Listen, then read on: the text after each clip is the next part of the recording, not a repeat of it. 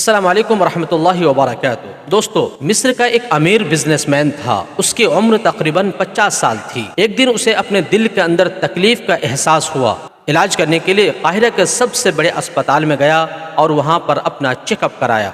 ڈاکٹروں نے معذرت کرتے ہوئے کہا کہ آپ کا علاج یہاں ممکن نہیں ہے، آپ علاج کرنے کے لیے یورپ چلے جائیں۔ یہ شخص علاج کرنے کے لیے یورپ چلا گیا۔ وہاں پر ڈاکٹروں نے تمام طرح کے ٹیسٹ مکمل کرنے کے بعد بتایا کہ آپ چند دنوں کے مہمان ہیں، آپ کا دل کام کرنا بند کر دیا ہے۔ یہ سن کر یہ شخص مایوس ہو کر مصر اپنا گھر واپس آ گیا۔ ایک دن ایک قصائی کی دکان پر گوشت خریدنے کے لیے گیا تو دیکھا کہ ایک بوڑھی عورت قصائی کی پھینکی ہوئی ہڈیوں کو جمع کر رہی ہے۔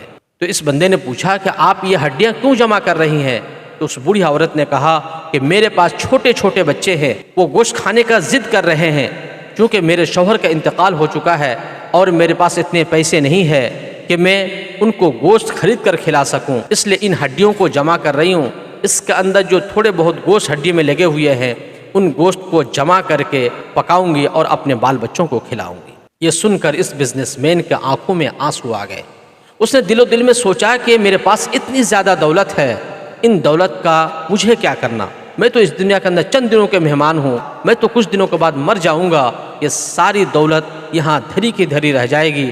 اگر یہ دولت کسی غریب کے کام آ جائے تو اس سے بہتر اور کیا ہو سکتا ہے؟ اس نے فوراً بہت سارا گوشت خرید کر کے اس بوڑھی عورت کو دیا اور قصائی سے کہہ دیا کہ اس عورت کو پہچان لو، یہ جب بھی آئے اور جتنا گوشت مانگے اسے دے دینا اور پیسے مجھ سے لے لینا۔ اس واقعے کے چند دنوں کے بعد اس شخص کو اپنے دل کے اندر جو درد ہو رہا تھا وہ درد اس کو ختم ہوتا ہوا نظر آ رہا تھا، یعنی اس کا درد کا احساس اسے نہیں ہو رہا تھا۔ چنانچہ وہ قاہرہ کے اسپتال میں گیا اور اپنا چیک اپ کرایا۔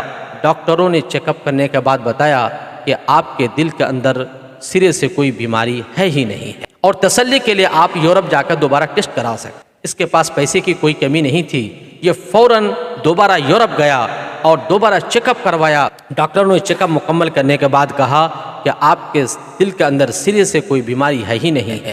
اور یہ دیکھتے ہوئے ڈاکٹر بڑے حیران ہوئے اور اس سے پوچھا کہ آپ نے ایسا کیا کھایا ہے کہ آپ کی بیماری بالکل جڑ سے ختم ہو چکی ہے؟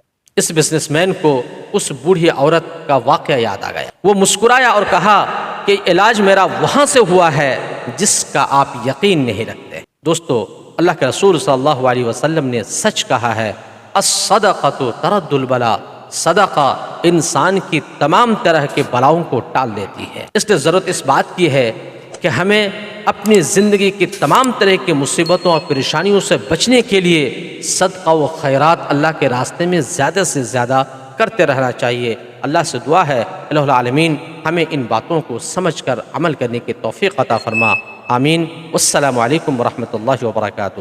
صدقہ جاریہ کے لیے اس واقعہ کو زیادہ سے زیادہ شیئر کرنا نہ بھولیں۔ اللہ حافظ۔